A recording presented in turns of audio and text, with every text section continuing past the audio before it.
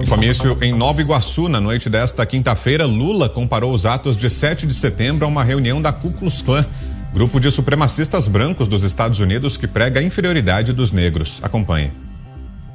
E fez de uma festa do nosso país uma festa pessoal. Aliás, Dilma, eu não sei se você viu na televisão, foi uma coisa muito engraçada, que no ato do Bolsonaro parecia uma reunião da Ku Klux Klan.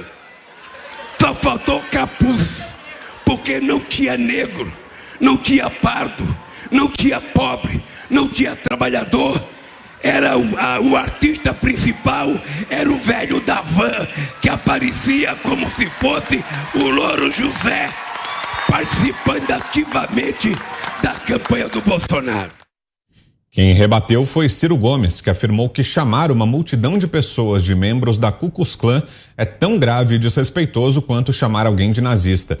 O pedetista também duvidou da vontade de Lula de querer pacificar o país. Hoje, Lula voltou a repetir a comparação e disse que o Palanque era supremacista, além de afirmar que Bolsonaro sequestrou o 7 de setembro para ele e utilizou a máquina pública em benefício próprio. Disse no começo, eu vou dizer aqui, pensei que vocês iam perguntar, não perguntaram, vou dizer. O Palanque aqui da Copacabana, pela fotografia que eu vi, e eu só vi na televisão, era supremacia branca no Palanque. Tá? Eu até comparei que parecia um pouco a Ku Klux Klan. Só faltou o capucho, só faltou a máscara. Porque era isso o Palanque. Sabe, é um palanque de uma elite, sabe, que tinha um cidadão vestido de Louro José, sabe, que era o artista principal da festa. Ele pulava, ele gritava, ele animava, ele aplaudia. Ou seja, numa festa da sociedade brasileira que foi violentamente roubada por um presidente da República.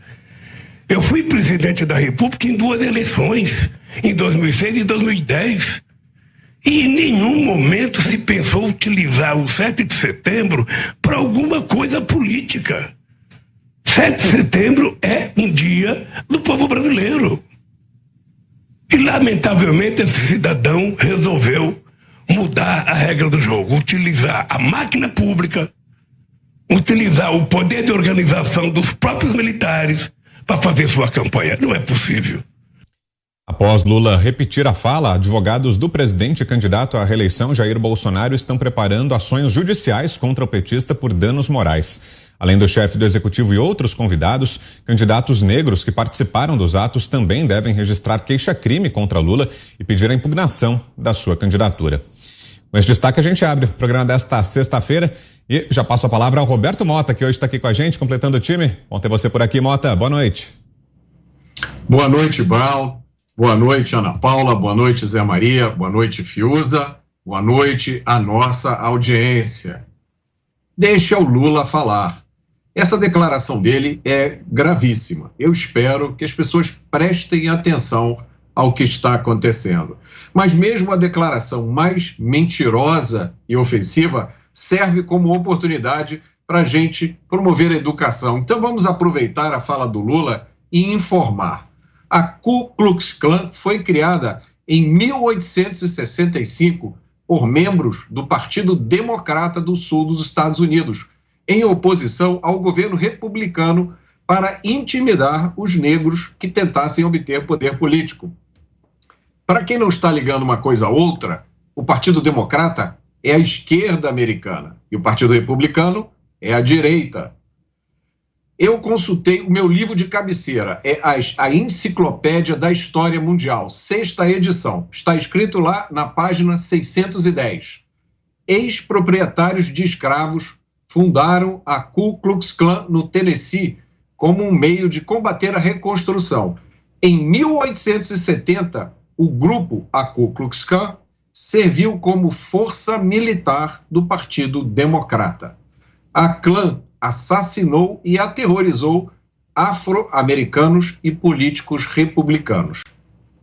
A comparação que o Luiz Inácio fez é absurda, despropositada e ofensiva. A única pergunta a ser feita agora é: se ele faz isso agora, o que faria se estivesse de volta ao poder. Vamos ouvi-la também, Ana Paula Henkel. Boa noite, Ana. Boa noite, Vitor. Boa noite, Mota. Boa noite, querido Zé Maria Trindade, parceiro Guilherme Fiuza. Um beijo ao nosso mestre Augusto Nunes e boa noite à nossa audiência maravilhosa.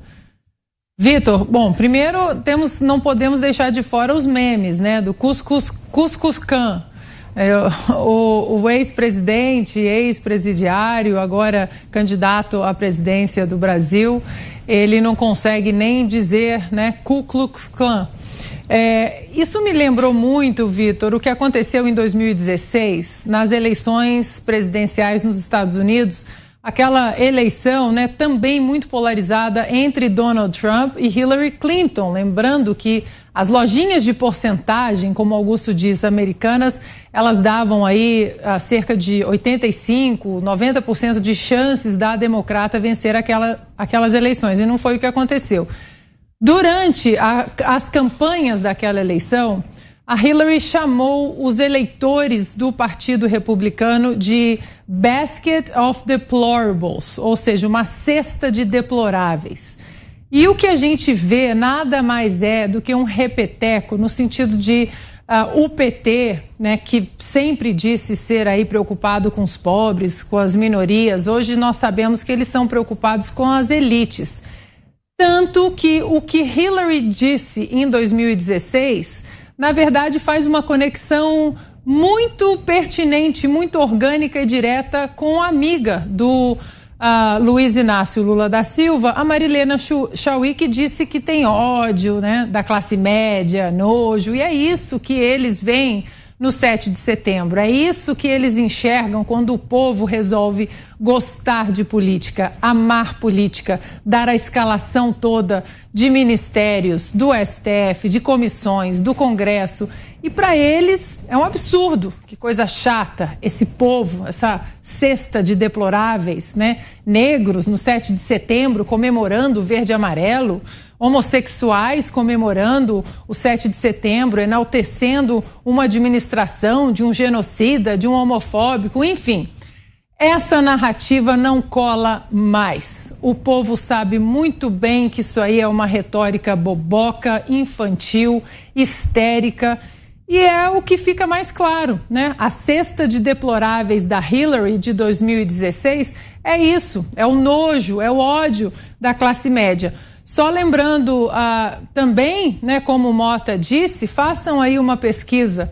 Como começou a KKK nos Estados Unidos? Um braço de terrorismo também humano, né, podemos dizer assim, do Partido Democrata. Eles, os integrantes do Partido Democrata, começaram a KKK, exploraram aí as leis Jim Crow no Sul, segregando os negros dos brancos.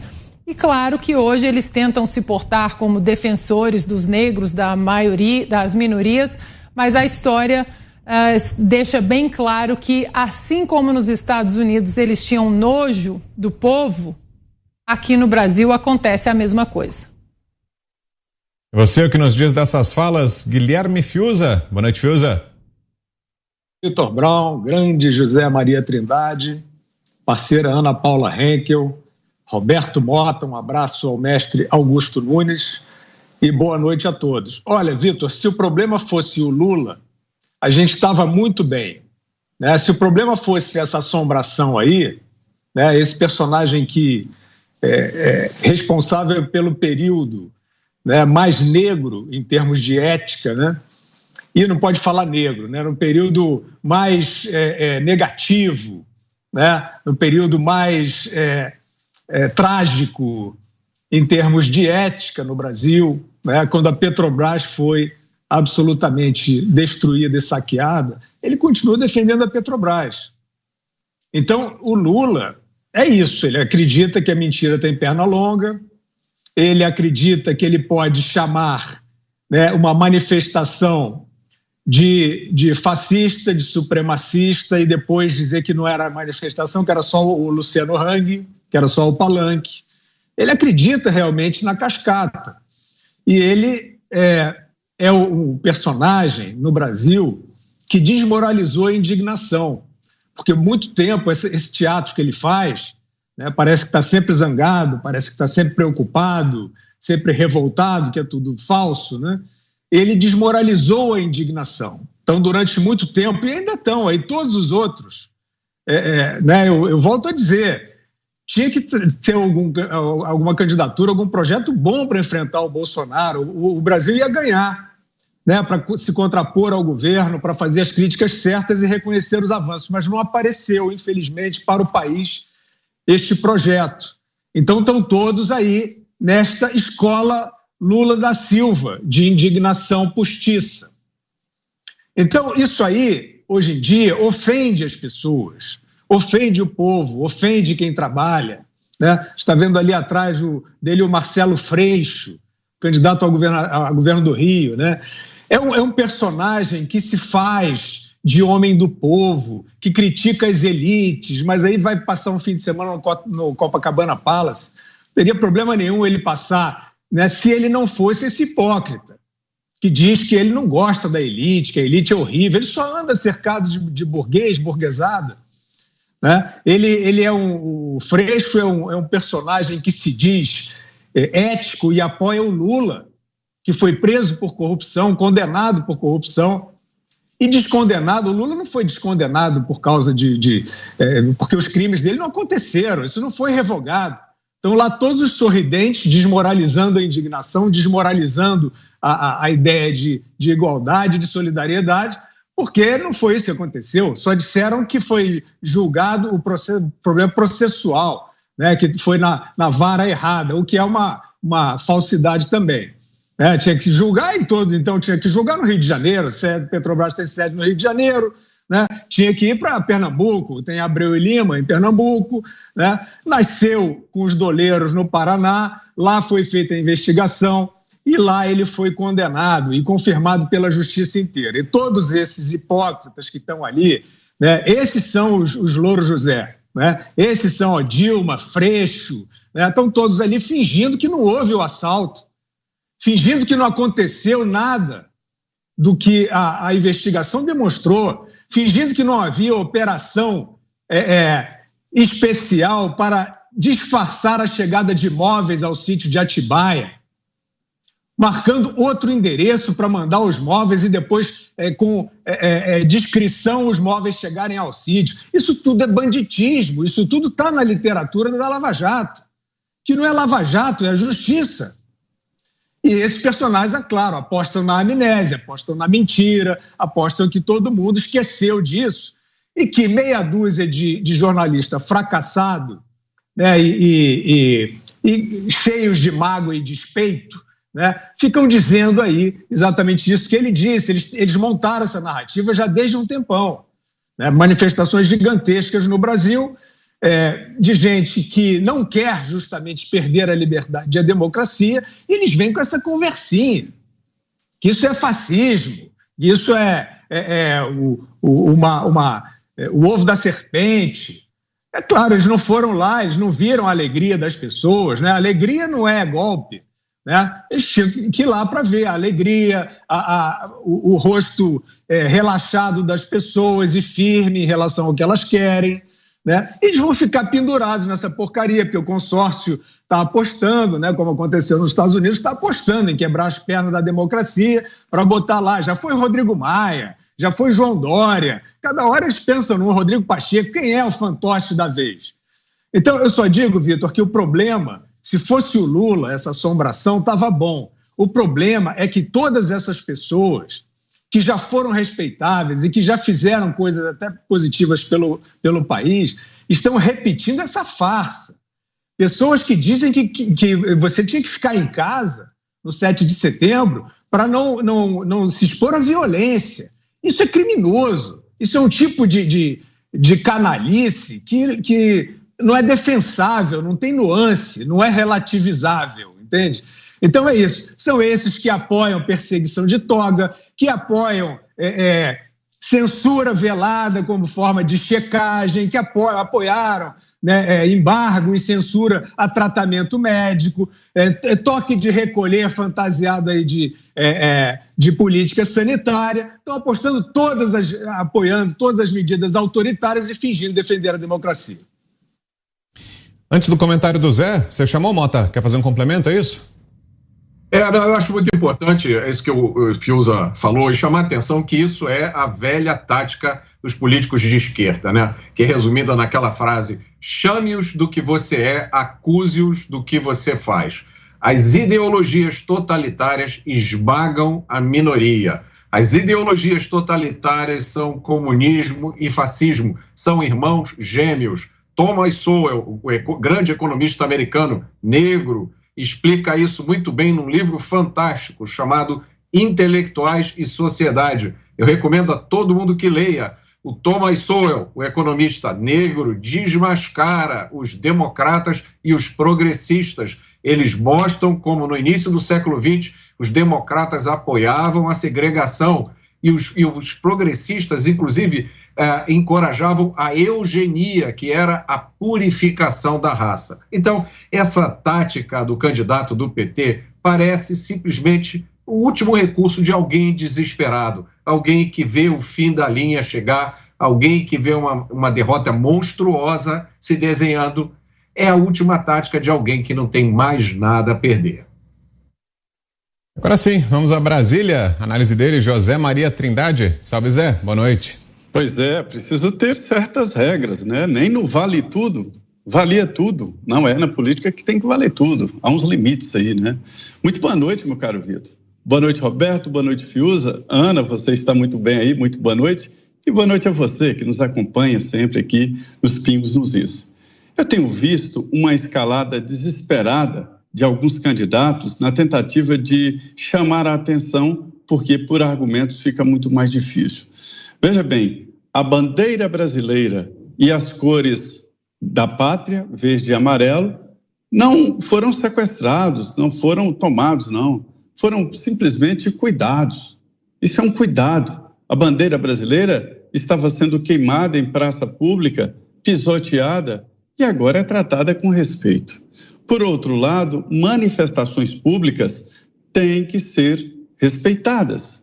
São a representação do povo, é chamada voz rouca das ruas.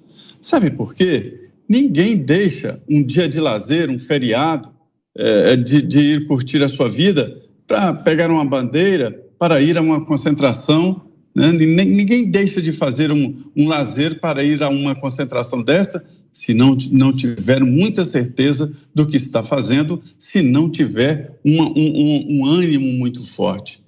O Partido dos Trabalhadores, o PSB e todos os outros partidos, o PDT e todos que têm candidatos, né, sabiam muito bem que havia uma grande chamada do presidente Jair Bolsonaro para esse 7 de setembro.